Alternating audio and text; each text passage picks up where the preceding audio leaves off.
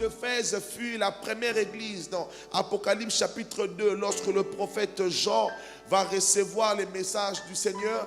Éphèse fut la première église vers qui l'Éternel, vers qui l'Éternel va envoyer Jean afin d'apporter un message.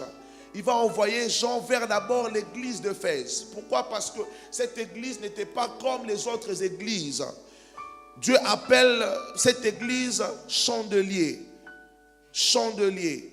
Ce n'était pas simplement une église physique, mais spirituellement c'était un chandelier. Alléluia. Lorsqu'on parle d'un chandelier, on parle d'un endroit sacré. En réalité, les Juifs à l'époque, les hommes rois, mettaient toujours un chandelier avant d'invoquer même l'Éternel. Alléluia.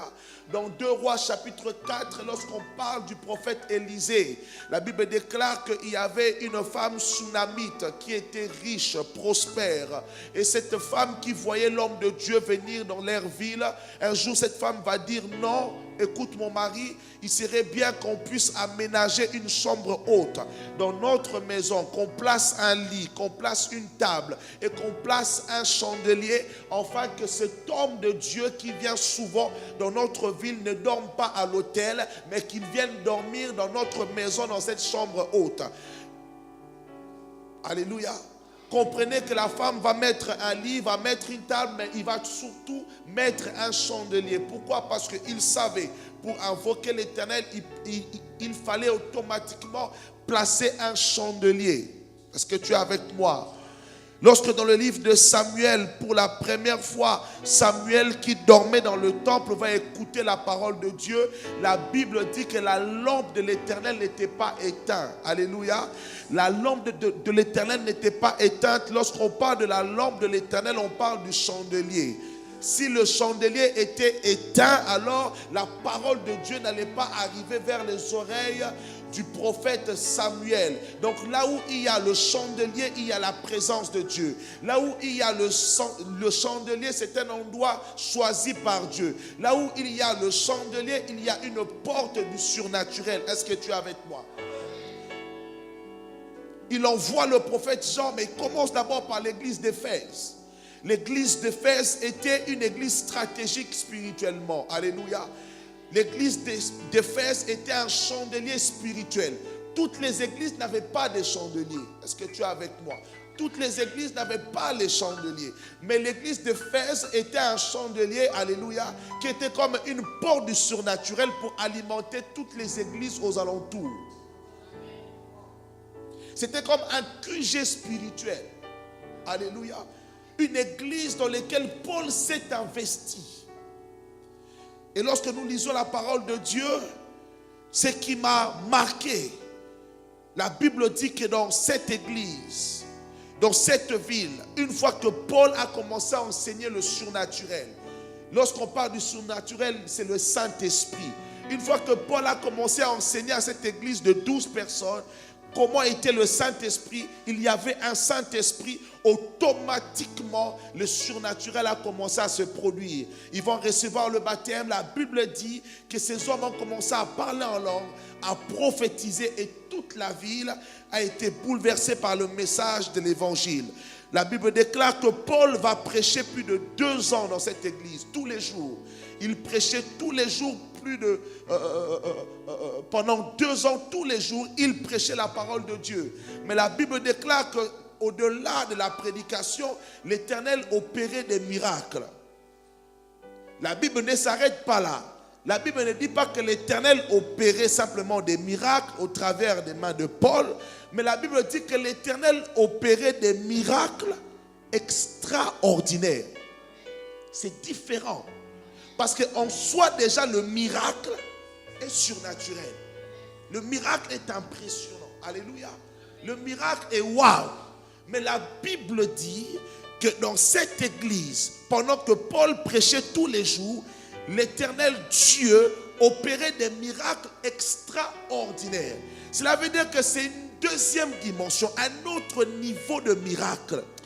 Dis après moi miracle. Dis après moi miracle. Bien-aimé, il y a plusieurs dimensions dans l'onction.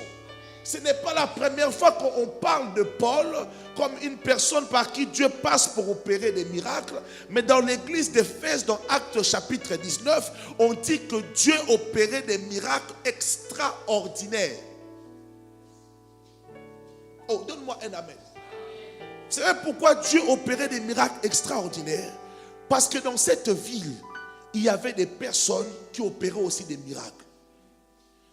Il y avait des personnes qui avaient la magie. Éphèse était une ville de lumière, une ville stratégique, une ville dans laquelle on trouvait des personnes qui avaient du pouvoir, des personnes qui avaient de l'argent, des personnes qui avaient de la connaissance. Il serait difficile pour toi d'apporter la nouvelle d'un Dieu soi-disant puissant sans apporter la puissance. Tu ne peux pas les impressionner. Alléluia. Parce que Éphèse avait déjà tout pour impressionner les autres. Il y a des endroits lorsque Dieu t'envoie, Dieu sait que tu as besoin de la puissance. Sans la puissance, tu ne peux pas. Cette église-là était à 12. Alléluia. Pourquoi? Parce qu'il n'y avait pas la puissance. Lorsque le surnaturel arrive dans ta vie, le surnaturel arrive pour multiplier ce que tu avais au départ. Alléluia. Lorsque tu sens que dans ta vie, il y a des choses qui stagnent, tu dois dire à Dieu, apporte-moi le surnaturel. Je dois aller au-delà des limites. Cette église était limitée.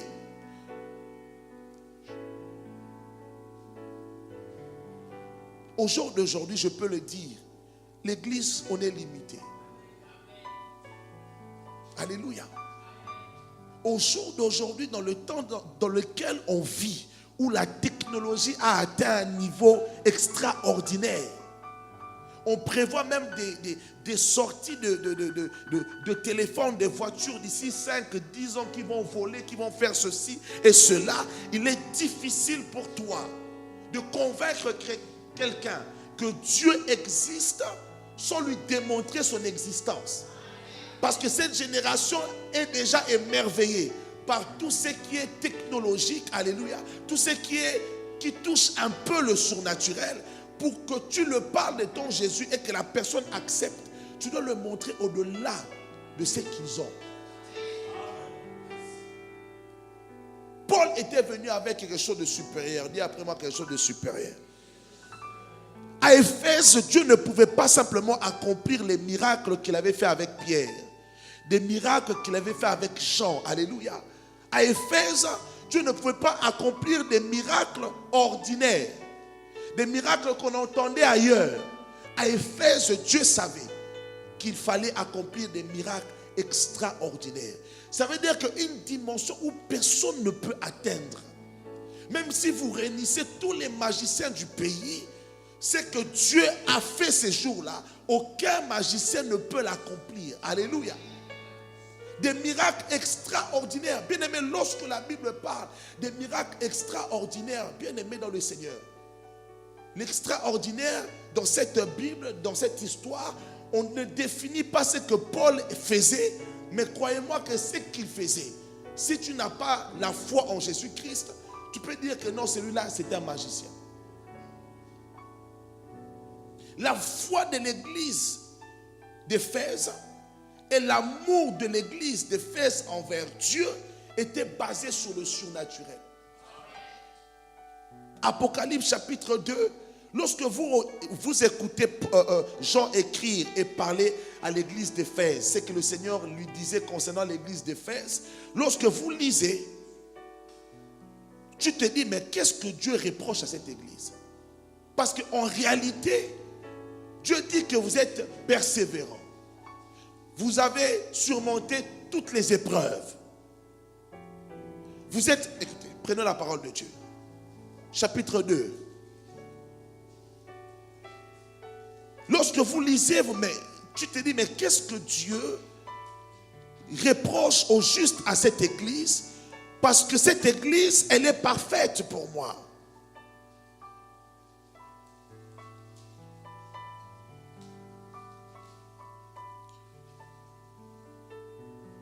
chapitre 2, verset 1er. À l'ange de l'église qui est à Éphèse, écrit: voici ce que dit celui qui tient les 7 étoiles dans sa main droite et qui marche au milieu de 7 chandeliers d'or. Je connais ta conduite, ta peine, la peine que tu prends et ta persévérance. Je sais que tu ne peux pas supporter les méchants. Une église qui ne peut pas supporter les méchants, c'est une bonne église. Une église qui ne peut pas supporter la méchanceté, c'est une bonne église. Alléluia. Une église persévérante. Je sais que tu ne peux pas supporter les méchants. Tu as mis à l'épreuve ceux qui se prétendent apôtres. Une église qui est capable de mettre à l'épreuve des doctrines qui peuvent les séduire. Donc on voit une église basée sur la parole de Dieu. Une église qui se rappelle des fondements de Paul. C'est-à-dire que tu ne peux pas aller prêcher n'importe quoi dans cette église. Alléluia. On peut remettre en question ta prédication. Tu viens pour les ramener ailleurs de l'évangile de Paul. Ils te remettent à ta place. Ils connaissent la doctrine. Une église qui veille sur la doctrine, c'est une bonne église. Alléluia. Tu as mis à l'épreuve ceux qui se prétendent apôtres et qui ne le sont pas. Et tu as décelé qu'ils mentaient. Tu as de la persévérance. Waouh, de la persévérance. C'est-à-dire qu'une église qui ne s'arrête pas à travailler, qui continue, qui persévère. Tu as souffert à cause de moi. Une église qui a souffert à cause de Jésus-Christ. Quoi dire de plus? C'est une bonne église. Et tu n'étais pas lassé. Non seulement tu as souffert, tu as été persécuté dans la ville, mais tu n'étais pas lassé. Mais verset 4, il dit: j'ai cependant un reproche à te faire. Tu as abandonné l'amour que tu avais au début. Waouh. Il dit par contre, oui, tout ce que tu fais, c'est bien. Mais j'ai quelque chose contre toi. Tu as abandonné l'amour que tu avais au début. Mais au juste de quel amour Dieu est en train de parler? Parce qu'une église qui est persévérante, une église qui est attachée à la doctrine, une église qui fait attention, c'est une église qui aime Jésus. Une église qui peut résister face à la persécution. Mais de quel amour Jésus est en train de parler à l'église d'Éphèse? Le Seigneur est en train de leur parler de l'amour du surnaturel. Il rappelle à l'église d'Éphèse: rappelle-toi à tes débuts. Lorsque Paul était là, vous tous vous étiez attachés à Paul et à sa vision du surnaturel. Chaque culte, vous avez vécu le surnaturel. Chacun d'entre vous, vous avez aspiré au don prophétique, aspiré au miracle, à l'évangélisation avec des guérisons, avec des délivrances. Aujourd'hui, vous avez toujours la parole de Dieu. Vous persévérez. Mais cette passion du début, de vouloir toujours voir la puissance de Dieu, aller plus loin de la puissance de Dieu, tu l'as plus. Ce que j'ai contre toi, c'est que tu me sers, oui c'est bien. Tu as gardé ma parole, oui c'est bien. Et Dieu va aller encore plus loin. Il dit: ce que j'apprécie encore chez toi, c'est que tu es contre la doctrine des Nicolaïmes. Une doctrine qui poussait les gens à commettre l'impudicité. Donc une église qui est aussi contre l'impudicité terriblement. Quelle bonne église. Mais Dieu leur dit: vous m'avez oublié quelque part. Au début, ce que j'aimais encore plus de vous, c'est votre passion à vouloir me connaître dans la dimension du surnaturel. Tu te relâché à cause de ça. Tu ne jeûnes plus pour me voir dans cette dimension. Tu n'aspires plus à d'autres dimensions prophétiques. Maintenant, tu te dis: non, je viens à l'église, je fais ma part. Le plus important, c'est de continuer, de marcher. Mais la passion du surnaturel, tu l'as plus. Bien aimé, l'église aujourd'hui n'est plus passionnée à voir la puissance de Dieu. Plusieurs personnes diront même: non, je préfère avoir simplement la parole.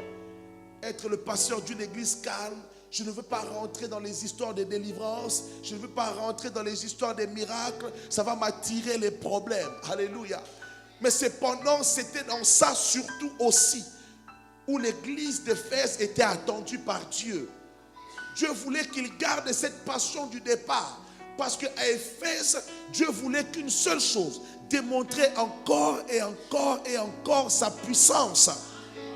Il y a des villes comme par exemple Paris, la parole simple ne suffit pas.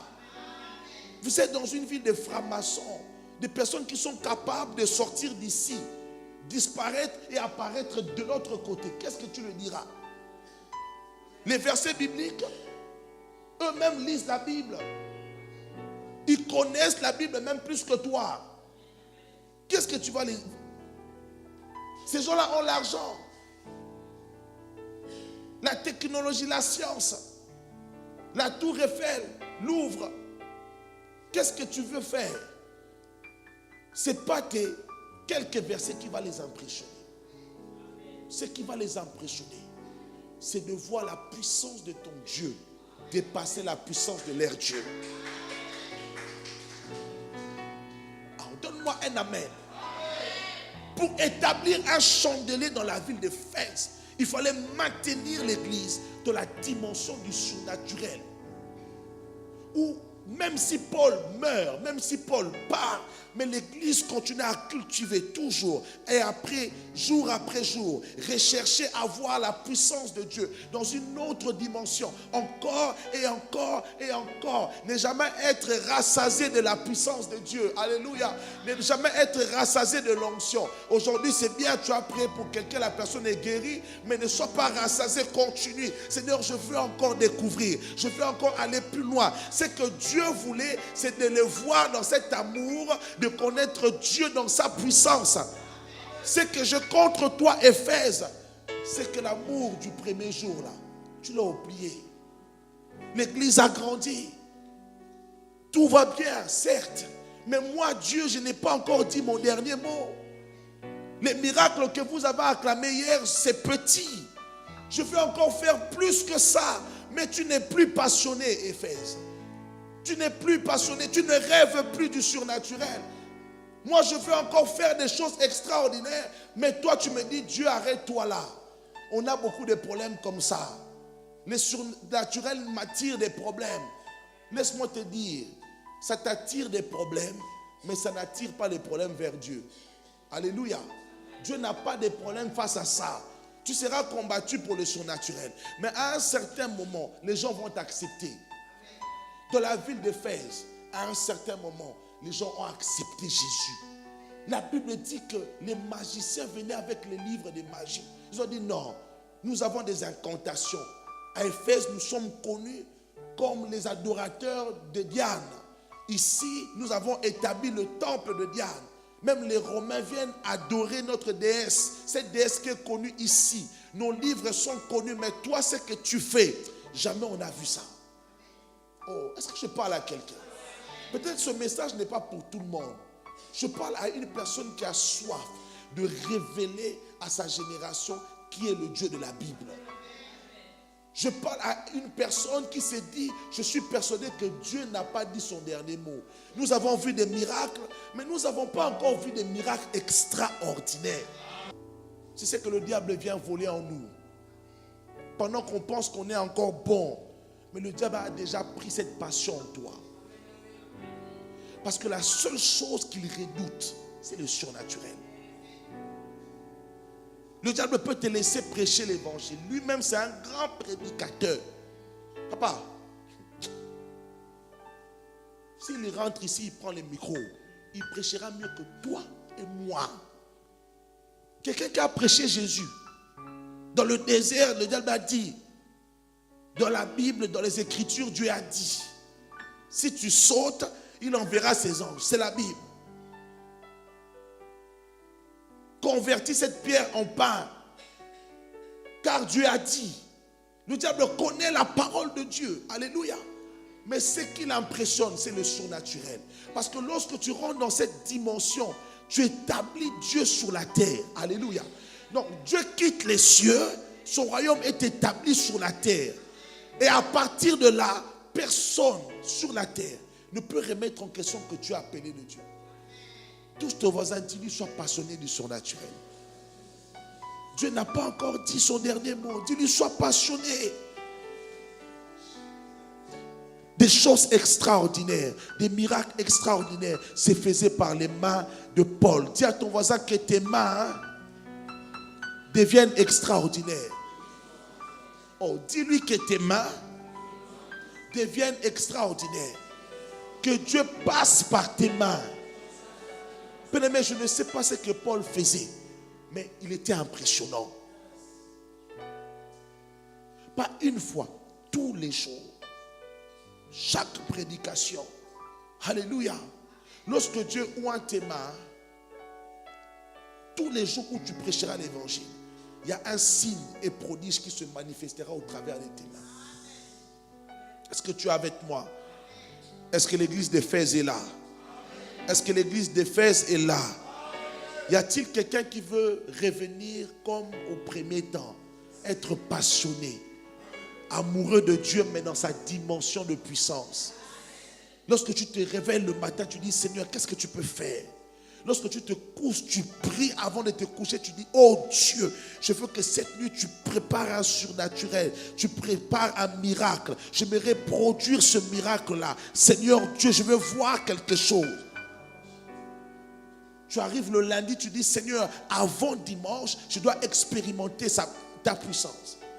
Fais quelque chose, montre-moi peu importe, je veux te louer dans la dimension du surnaturel que tu es. Si chaque chrétien était passionné de ça, si chaque chrétien d'Éphèse était dans cet amour que Paul les a introduits, à voir toujours Dieu puissant, bien aimé, il y aura des grandes choses qui allaient se faire dans l'église. Alléluia. Est-ce que tu es avec moi? Est-ce que tu es avec moi? Dis après moi le chandelier. Dieu a dit à l'église d'Éphèse, si tu ne reviens pas dans cet amour, je veux déplacer mon chandelier de ta ville. Alléluia. Il y a beaucoup de personnes en Christ. Dieu a déplacé leur chandelier et Dieu l'a donné à d'autres personnes. Lorsque Dieu dit je veux déplacer le chandelier, l'église locale d'Éphèse restera église. L'ange de l'église, qui est peut-être Timothée, parce que c'était Timothée le pasteur aussi d'Éphèse, mais la révélation de Jean se passe après près à 80, je dirais, un siècle. Un siècle après la mort de Jésus. Donc Paul est déjà mort, 67e année, Paul est mort, décapité. Un siècle après, Jean reçoit la révélation. Alléluia. Certainement Timothée est déjà très vieux. Je ne sais pas si c'est lui qui est encore le pasteur de l'église d'Éphèse, mais lorsque Dieu dit qu'il va déplacer son chandelier, l'église locale va rester. L'ange de l'église, l'homme de Dieu va rester. Mais le QG, Dieu va l'enlever. Il va le ramener ailleurs. Lorsque tu n'es plus passionné à voir la puissance de Dieu dans ton appel, dans ton ministère, tu vas prendre le chandelier qu'il t'a donné. Il donnera à une autre personne.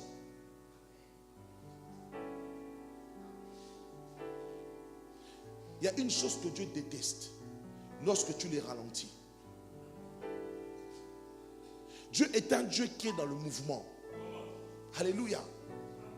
Dieu est un Dieu qui est dans le vent. Dieu aime les gens qui bougent. Alléluia. Lorsqu'il te donne quelque chose, il voit que tu ne bouges pas avec son onction. Bien aimé, Dieu peut même regretter pourquoi Dieu a pris cette onction et Dieu te l'a donné. Dieu aime lorsqu'il met un chandelier quelque part, que ce chandelier reste allumé. Alléluia. Il dit, si tu ne reviens pas dans ta passion de miracle, je vais enlever le chandelier et je vais le donner à une autre personne, à une autre ville, une autre nation, qui vont considérer cela. Dis après moi le surnaturel. Dis à ton voisin, tu dois être extraordinaire. Car ton Dieu est extraordinaire. Tu dois être au-dessus de la nature. Tu arrives devant ta banque, tu mets ta carte bleue. On te dit, monsieur, vous êtes à moins 100. Tu ressors la carte bleue. tu lèves la carte bleue. Tu dis, Seigneur, dans ta parole, Paul a dit, nous sommes comme des soldats en tant que serviteurs de Dieu. Et un soldat ne se préoccupe pas des choses de la vie. Pourquoi? Parce qu'un soldat reçoit une bourse. Donc cette bourse lui permet de vivre, alléluia, dans sa mission. Seigneur, comment se fait-il que je suis à moins 100? Tu déclares, tu rentres la carte. Tu as plus de 1000. Non. Non, non, non, non. Non, quelqu'un a rigolé, il a dit non, c'est pas possible.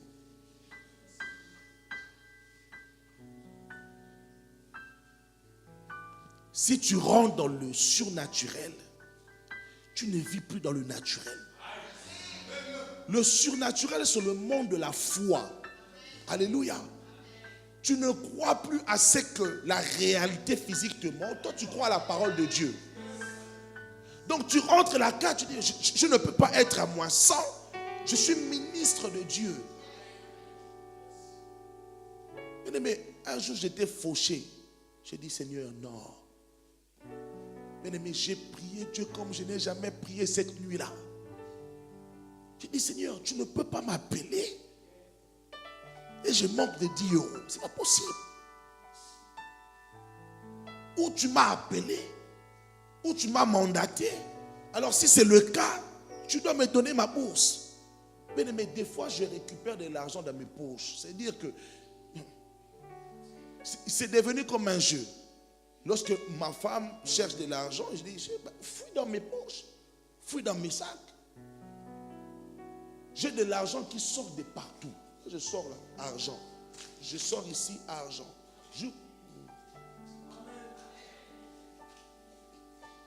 Des fois, lorsque je mets ma main dans la poche, je fouille, je ne trouve pas de l'argent, je dis, Seigneur, j'appelle l'argent.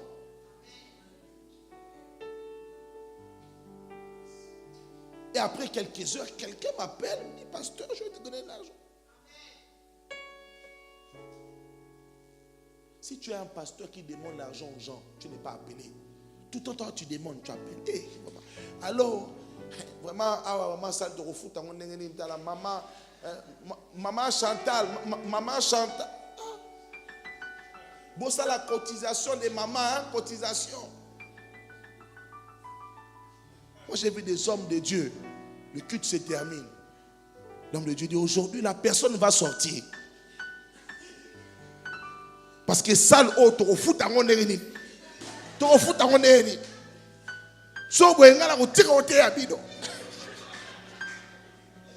Si c'est comme ça, si vous ne donnez rien, moi, je vais arrêter de vous prêcher. Pasteur, arrête de leur prêcher. Dieu va prendre quelqu'un d'autre. Si toi vraiment c'est l'Éternel qui t'a appelé, ce n'est pas à eux que tu vas parler, parle à ton Dieu. Parle à ton Dieu. Alléluia. Un roi de Dieu ne pleure pas pour l'argent.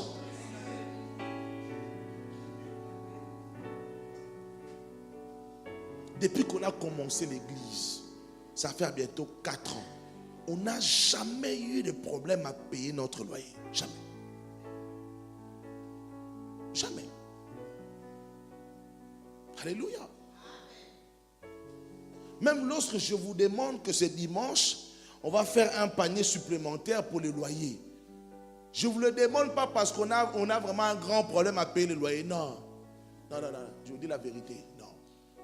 C'est par rapport à une gestion financière. Alléluia. Pour qu'on puisse toujours avoir de quoi une réserve de côté. Je ne dis pas parce que là maintenant, si vous ne donnez pas l'argent dimanche, la semaine prochaine, on va pas payer la salle, on va prier dehors.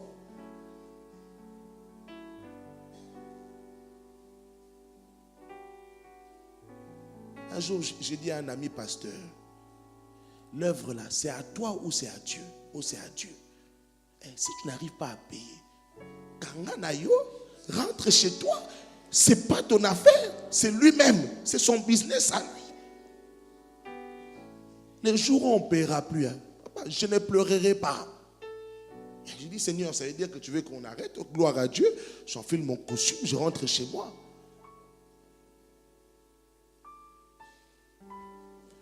Mais quand Dieu veut que son œuvre continue, et en réalité Dieu est l'alpha et l'oméga, lorsqu'il commence, il ne s'arrête pas. Il y aura une provision surnaturelle qui viendra alimenter vos poches et vos poches alimenter les paniers. Dis après moi le surnaturel. Touche ton voisin, dis-lui, tu dois croire au surnaturel. Tu dois croire au...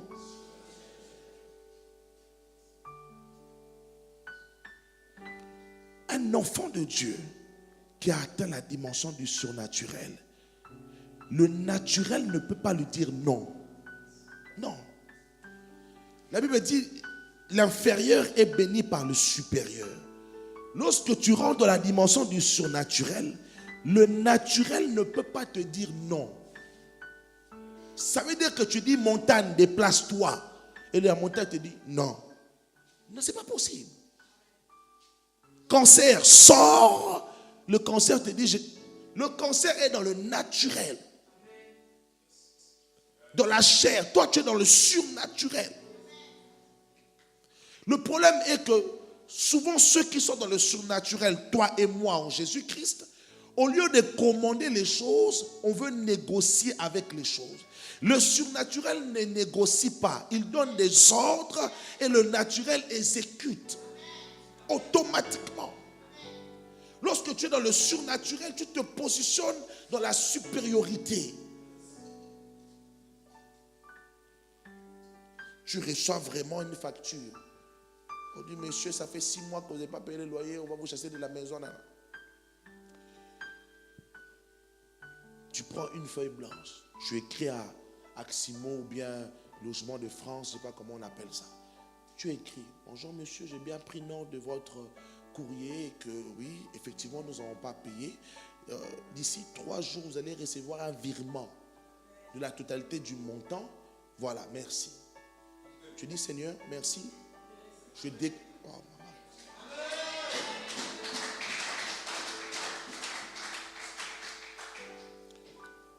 Pour voir le surnaturel se manifester dans ton naturel, tu dois oser faire les choses. Alléluia. Mais le faire avec la foi. Tu dis, Seigneur, je crois que j'ai une provision au ciel.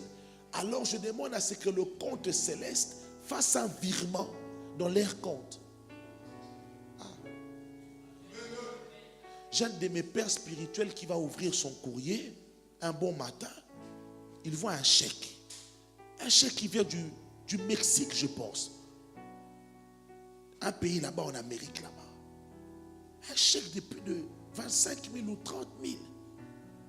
Il ne connaît personne dans ces pays. On l'envoie simplement un chèque. Et en ce moment-là, c'était un homme fauché, un pasteur fauché. Il priait le Seigneur, quelqu'un dans un autre pays. Une personne qui n'est pas de ta nationalité. Dieu va lui dire simplement, prends ton chèque, mets tel nom, envoie. Combien d'hommes de Dieu ont touché des millions comme ça, ou un millionnaire rêve, on va lui dire, écoute, tu vas faire un chèque au nom de tel homme et tu envoies.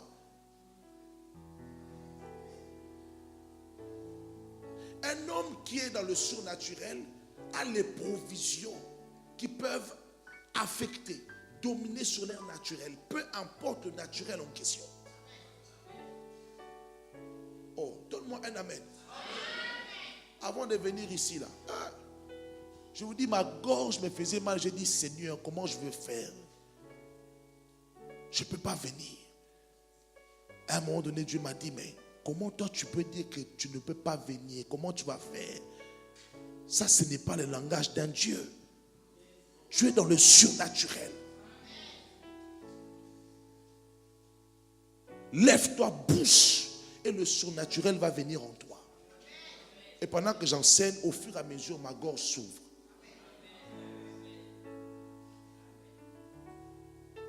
Touche ton voisin, dis-lui que Dieu équipe tes mains.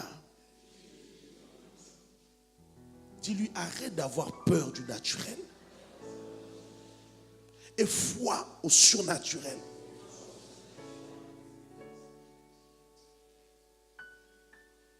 Parce que je peux avancer avec toi.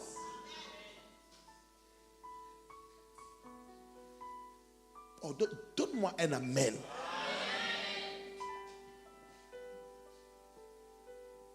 Le surnaturel t'accompagne avec les êtres spirituels qui habitent dans le surnaturel. Un homme qui est dans le surnaturel, c'est un homme rempli d'entourage. Tu le vois seul, mais autour de lui, tout le surnaturel l'accompagne. Voilà pourquoi lorsque moi je marche, j'ai l'impression que je suis escorté. Oh, donne-moi l'amen.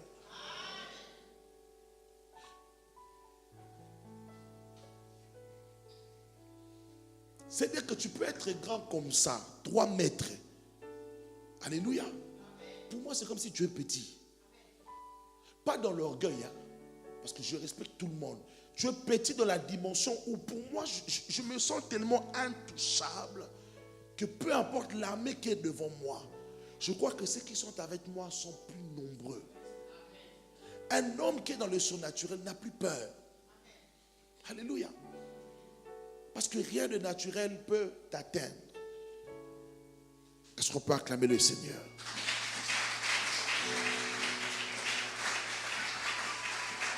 Lève-toi dans la présence de Dieu. Dis après moi, dans le nom de Jésus, je décide ce soir de ne plus être dans le naturel, mais demeurer maintenant dans le surnaturel.